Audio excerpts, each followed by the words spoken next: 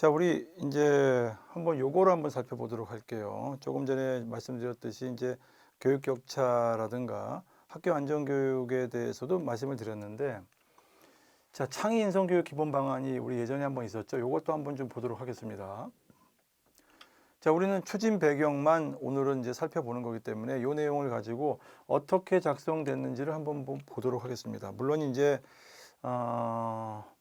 이거를 좀 보시다가 이제 이런 거죠. 아까 말씀드렸던 내용들을 여기에서 품고 있는지, 물론 이제 잘 작성이 된 것들이에요. 이제 국가에서 만들어 놓은 어떤 소위 이제 계획이기 때문에, 기본 계획이기 때문에 몇 년 전에 나온 건데 한번 살펴보도록 하겠습니다. 첫 번째, 세 번째, 이제 세 개가 있죠. 세 개를 추진 배경으로 이렇게 용어를 했습니다.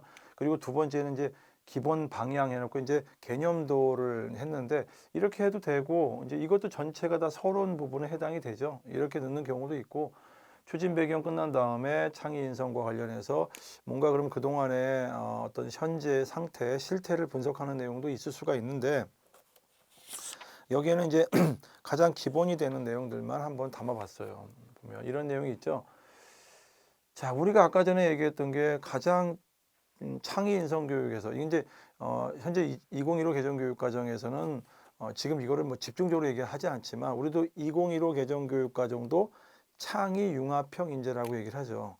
고전에 2009 개정 교육 과정에서는 이런 용어를 많이 썼어요. 창의 인성 이런 얘기 많이 썼거든요. 한번 그때 나왔던 문건을 가지고 한번 보도록 하겠습니다. 자, 이렇게 됐죠. 세 개, 여기 첫 번째 메시지, 두 번째 메시지, 세 번째 메시지가 있습니다. 세 개의 메시지가 있죠. 세 개의 메시지가 있고, 한번 보시면 알겠지만은, 가로를 통해서 뭔가 이야기를 하고 싶었던 게 있었죠. 그러면 제가 아까 전에 얘기했던 이제 두 번째, 세 번째인데, 첫 번째 들어가는 내용이 뭔가 창의 융합형 인재죠. 창의 융합형 인재는 이제 2015 개정교육과정 내용이고, 지금은 창의 인성교육, 창의랑 인성이랑 같이 이제 묶어서 창의 인성교육.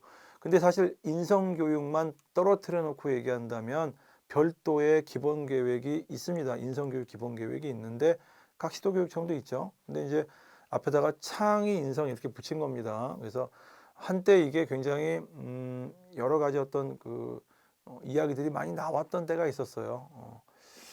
자, 창의 인성 교육이다라고 얘기를 해요. 지금도 창의 인성 교육 얘기합니다. 필요하죠.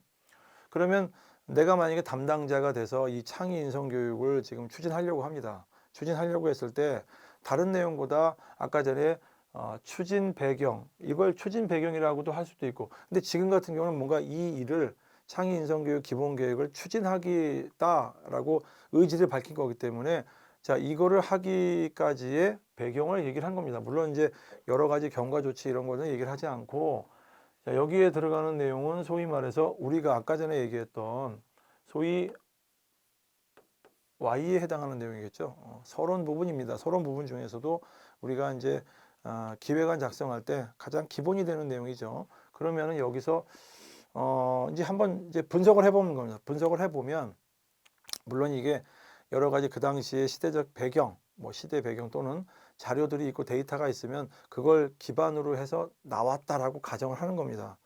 가정을 했을 때 이렇게 쓰는 거구나. 그러면 처음에 등장하는 게 이게죠. 가로를 딱 친 거죠, 지금. 가로를 딱 치고 여기서 얘기하는 게 뭐였을까 했더니 가장 중요한 게 뭐냐 이거지. 중요성. 자, 창의 인성 교육을 추진하겠다는 거지. 그러면 이제 반대가 되는 겁니다. 한번 물어보는 거죠, 우리가 독자에서. 자, 그럼 담당자가 지금 온 겁니다. 와가지고 우리가 물어봅니다. 창의 인성 교육? 이거 뭐가 중요한 거야? 왜 이게 중요하지? 이렇게 물어볼 수 있겠죠. 그 왜 중요한 거에 대해서 내용을 한번 보죠 했더니 패러다임의 변화라고 썼어요. 어때요? 조금 길게 느껴지기도 하죠. 여기 꼭 이런 조사가 필요할까라는 얘기도 좀 생각도 좀 들었어요. 보면 그냥 교육 패러다임 변화 이렇게 얘기할 수도 있고 그냥 어차피 이게 지금 교육에 관련된 거니까 굳이 이런 말이 필요할까라는 생각도 들었어요. 그냥 패러다임 변화 아니면 그냥 변화도 빼버리고 패러다임만 적어놔도 패러다임 뭐지? 물론 뒤에 변화가 있으니까 더 낫긴 낫네요, 확실히. 패러다임 변화가 있었다는 거지.